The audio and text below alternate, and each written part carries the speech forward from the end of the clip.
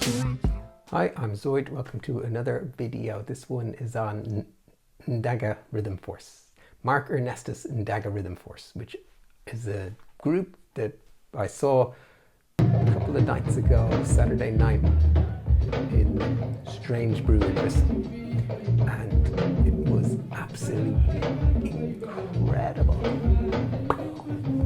One of the best things I've ever heard.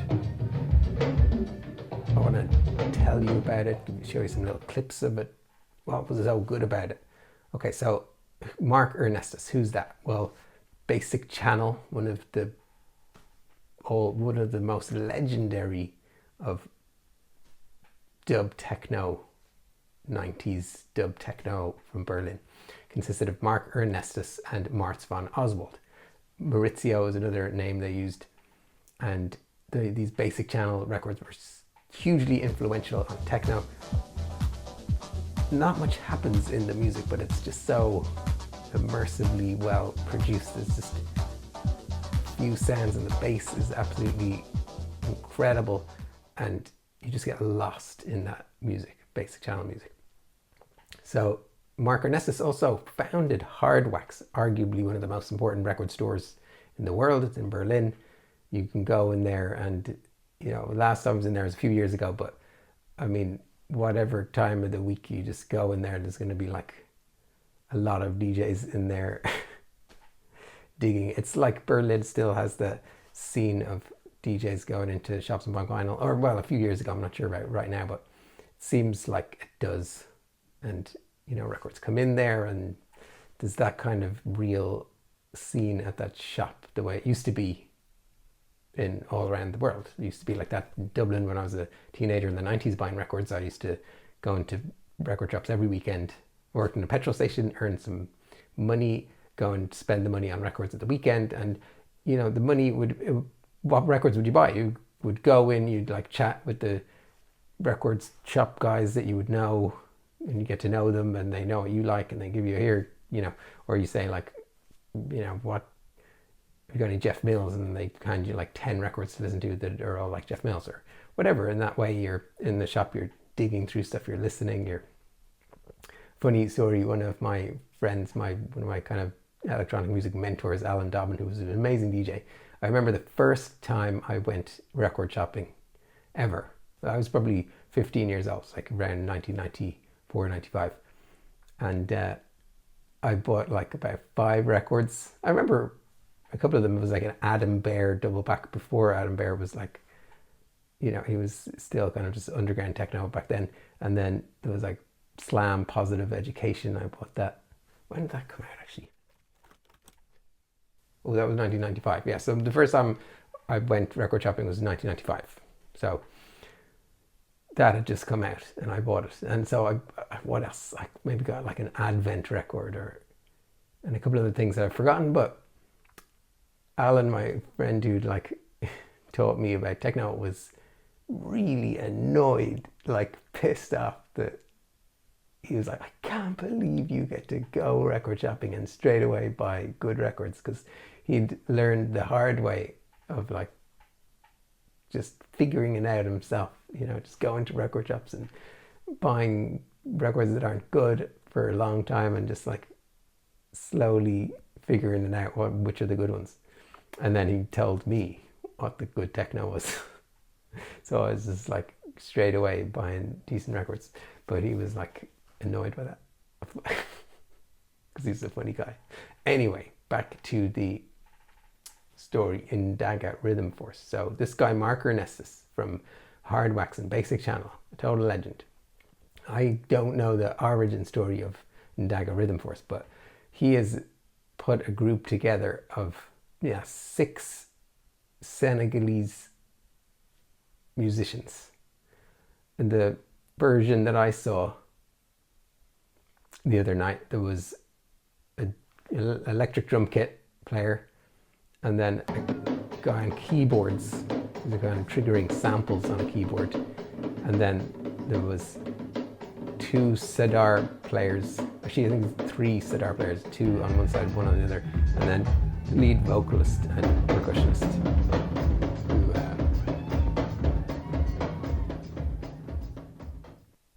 The names are Bada Sek, Amadou Sai Sek. I don't know if I'm pronouncing these right. Abba Sek, 3 drummers, and then Mbene Diata Sek on vocals, and Ousmane Ka on drums, Ibrahima Mabaya on keys. So this is primarily, it's like Senegalese Sabar drumming, which is very polyrhythmic. I mean, West African drum music is very polyrhythmic in general. What does that mean? That means there are 2 rhythms happening simultaneously. So, for example, you have like 3 against 2. So 3 with this and 2 with this. 1, 2, 3. 1, 2, 1, 2. There's 2 ways that you can feel that. You can feel that like dunk, dunk, dunk, dunk, dunk, dunk, dunk, dunk, dunk, or dunk, dunk, dunk, dunk, dunk, dunk, dunk, dunk, bong, bong, bong, bong. So it's very interesting if you take those 2 rhythms and switch between them. Like, nothing can change. Like, you can be listening to a pattern and then suddenly it just shifts and you're somewhere completely different, which is very reminiscent of techno, because Robert Hood and that kind of Detroit minimal, or just Detroit techno in general, can be very polyrhythmic, especially Robert Hood and things like that, where you're listening to it. I did a video on that before, how you can hear it 2 different ways, and it can flip around almost like a illusion, optical illusion, audio illusion. So in this African drum music, there are some electronic music elements, but they're kind of subtle. But the keyboard sounds triggering some stabby chords and bass sounds, that really, it just is a kind of subtle touch to make it more of a techno show. But it seems like it's about 90% Sabar music and 10% dubby techno. So it's a lot more of just like a drum show. These guys are on stage. I was like thinking Mark Ernestus would be on stage with them. He wasn't. He's just watching. He's like put it together. He obviously has influenced them and put them, shown them, told them what to do, discussed with them that kind of mentor role, or it was his idea to do it. But when it gets into the nitty gritty of the pieces they played about 4 or 5 pieces over the course of an hour. I don't know how they put them together. They're kind of like a techno track, actually, a groove that lasts a long time. Maybe there's a vocal part chanted over it. Some parts had a call and response where the vocalist would chant a vocal and then they get the crowd to do it back like that. They went back and forth. But the tracks, like, they go on, they just build and build, and the rhythm is incredible. And I mean, people dance like insane, like just like the rowdiest, craziest techno set, like, wouldn't have people dancing that much. So at the end as well, there was 2 of them came off stage and they started dancing among the crowd, which is really nice. And now earlier on, actually, some of the dancers at the front, they brought them up on stage just for like a minute each, just to like dance with the drummers, which was again cool. There was a lot of like interaction with the crowd, and the vibe of, like, it's, you go and see a techno DJ, and if they play really well, whoopee, it's great, it's a really good night. But when you see this kind of thing, and the like, it's more of a ritual, these people on stage are involving the crowd. And then, at the end, the vocalist was like, I'm so happy, vibing off the crowd and saying, like, thank you, merci beaucoup. Like, they speak French, obviously, but they're like maybe partly musicians, but partly something more than that. Griots is a thing in Africa. Not like what a griot is someone who, it's like this Like we have the idea of a musician, but in Africa there's a griot who has many roles, and one is to play music like on a kora, which is an instrument like a gourd with 21 strings made of fishing wire, which I actually had one once. My aunt, who lived in the Gambia for a few years, she brought one back to Ireland for me, this big kora instrument. So I had one and tried to play it before, but didn't get very far with it and I gave it away. Anyway, these griots, they're like historians and anthropologists and mediators, and they would kind of go around villages, and they're historians because they remember a vast amount of family tree history of the people who live in the area. And how they remember it is it's encoded in songs, and they remember the songs, so it's passed down. So if someone in a village is like walking along and then they meet a griot, they might like have a long conversation about like their family going way back, like generations and generations back. And then these griots also like mediate disputes between different, tribes or factors or families.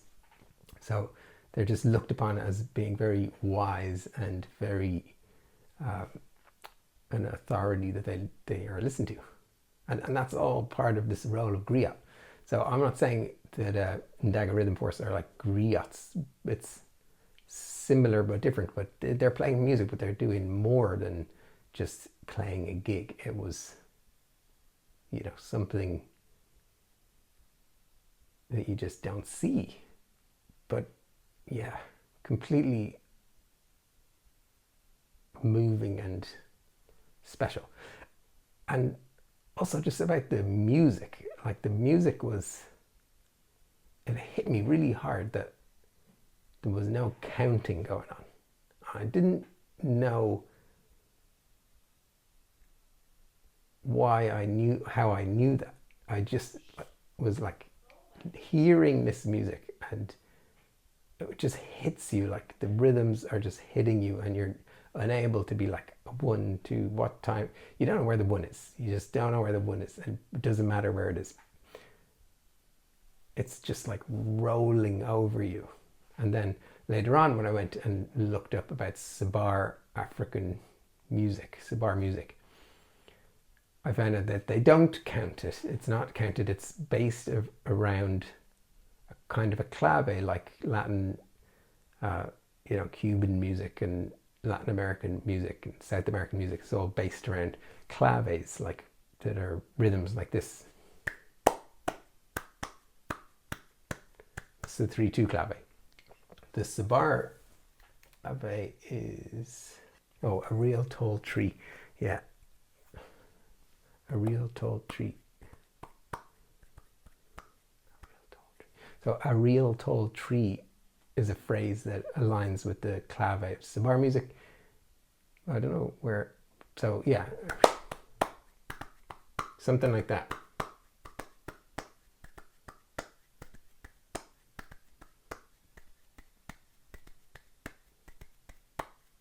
And the downbeat is the word tree.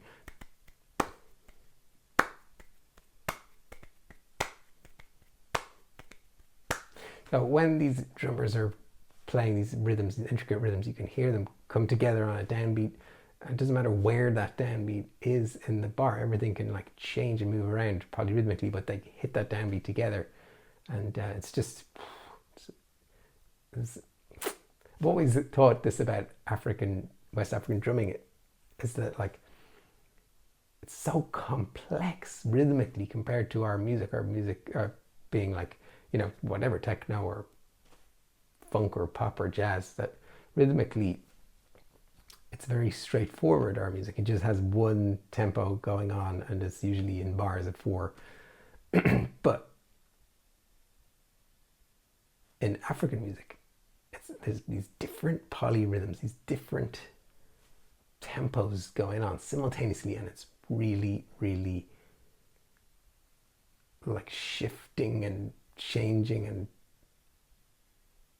and yet it's easy easy to understand. Like at a visceral level, you just listen and you're just like, oh wow, you start moving, swaying. So, you know, like there is super complex music, you know, progressive metal or some contemporary jazz where it's like changing meter and it's like 3 in this bar and 13 in this bar.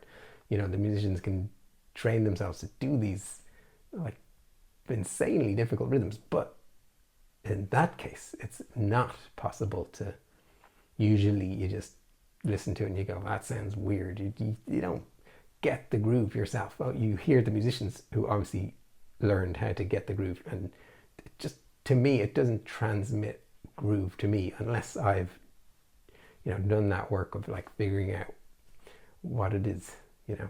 I mean, there's other examples like Bulgarian wedding music. Bulgarian, some of their music would be in like 13, but there'd be dances that go with it, so it would be like very well understood by the listeners. It might be in groups of like 4, 4, 4, 3, 2 or something like that. Something like that. Where maybe 11 is common, 4, 4, 3. So, you know, if you hear music in that, it can sound like it's grooving quite good, but if it's like changing and shifting all the time, or like some really complicated VJ-ired thing you can't hear, then the groove just is, it's difficult to transmit it, I find. Whereas with African music, it's not difficult to transmit. You just hear it and you're just like taken by it, even though it's super complex. So I love that about it. Just an idea I'm putting out there. I would like to go to Senegal for 2 weeks to study Sabar drumming. And if anyone watching this is like someone who would like to fund that trip, maybe for me and a couple of other musicians who would like to go out there for 2 weeks and learn about the drumming and practice it and bring back the knowledge and do a gig and put it into some piece of music back here. You know, if somebody is interested in funding that, then reach out to me, because that'd be great. So, you know, or if you know of a funding possibility, a grant or anything, then let me know. Cheers. Okay, so to start wrapping up this video, Ndagga Rhythm Force, if they come to a venue near you, do not miss it. I had heard from other people before, like my friend Dennis in Dublin. Dennis McNulty told me it was amazing, so I was on the lookout, and I missed Ndagga Rhythm Force last time they were in Bristol. They're always touring around. They went to London after, they've been around all over the place. So yeah, you got to catch them. And apart from that, I think we will say see you in the next video.